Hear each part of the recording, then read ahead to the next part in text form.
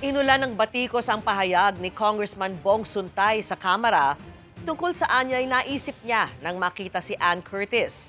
Humingi na ng paumanhin si Suntay pero nanindigang taken out of context ang kanyang sinabi at hindi siya nagsisisi sa pagkukumpara. Mula sa Kamara, nakatutok live si Mark Salazar. Mark! Tama, Vicky, tama. No? Sa maghapong ito, mas nagliyab pa ang mga opinyon laban kay Quezon City Representative Bong Suntay at dun sa hirit niya kay Ann Curtis. Bagamat kagaya ng sinabi mo, nagsorry na siya, hindi ba? Pero marami pa rin ang hindi kumbinsido. Kontrobersyal ang sinabi ni Quezon City 4th District Representative Bong Suntay sa hearing ng House Justice Committee. Nakita ko si Ann Curtis, ang ganda-ganda pala niya. May desire sa loob ko na nag-init talaga. Na-imagine ko na lang kung anong pwedeng mangyari. Pero siyempre, hanggang imagination na lang yon. Pero hindi naman siguro ako pwedeng kasuhan dahil kung ano-ano yung na-imagine ko eh. Agad inalmahan ng mga miyembro ng komite ang anilay mga salitang offensive sa kababaihan na walang kinalaman sa tinatalakay na impeachment complaint laban kay Vice President Sara Duterte. Kinundi na rin ito ng Philippine Commission on Women. Ang mga sinabi raw ni Suntay ay sexual objectification o pagtrato sa kababaihan bilang isang bagay para lamang sa pagnanasang sexual. Nahayagang ginawa ng isang taong may katungkulan at dapat pinagtitiwalaan. Insulto daw ito hindi lang sa aktres na si Ann Curtis, kundi sa bawat babaeng Pilipino na nakaramdam na hindi sila ligtas dahil sa pananalita ng mga nasa kapangyarihan. Isa raw itong seryosong betrayal of public trust at isang paglabag sa Republic Act 11313 o ang Safe Spaces Act.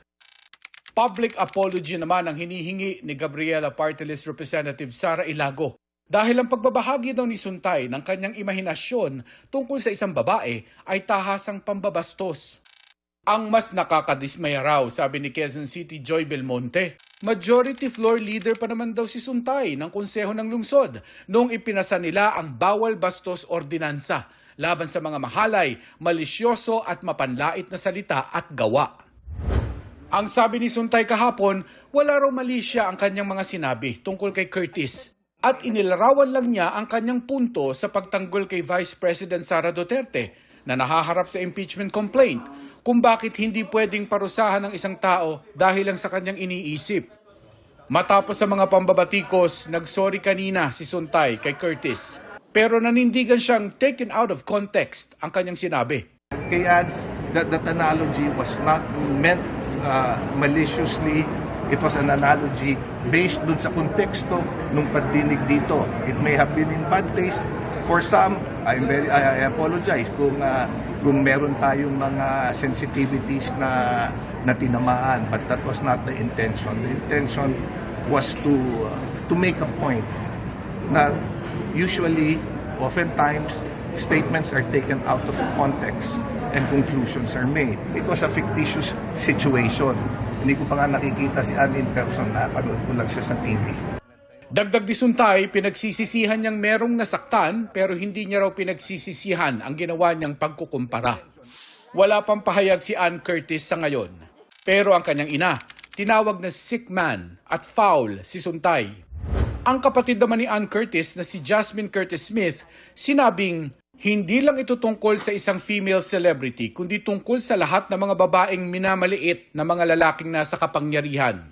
Kapag ang isang congressman daw ang nagsalita tungkol sa kanyang pagnanasa at imagination tungkol sa isang babae, pinalalakas daw nito ang kultura kung saan tinatrato ang mga babae bilang isang bagay na ginagamit, pinagpapantasyahan at ginagawa ng komentaryo sa halip na isang buong tao na may kakayahang magdesisyon, mag-isip at pamahalaan ng sarili.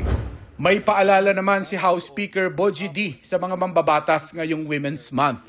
Bilang mga mambabatas, may bigat ang ating mga salita at hakbang. Responsibilidad natin na tiyakin ng bawat Pilipina ay ginagalang, pinakikinggan at pinoprotektahan.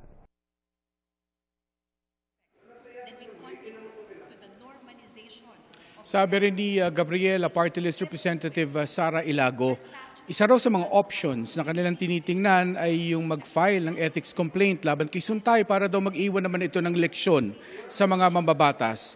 At sabi niya, dapat daw siguro ang mga mambabatas ay sumailalim din doon sa gender sensitivity seminars para naman hindi na maulit na ito. Vicky. Maraming salamat sa iyo, Mark Salazar.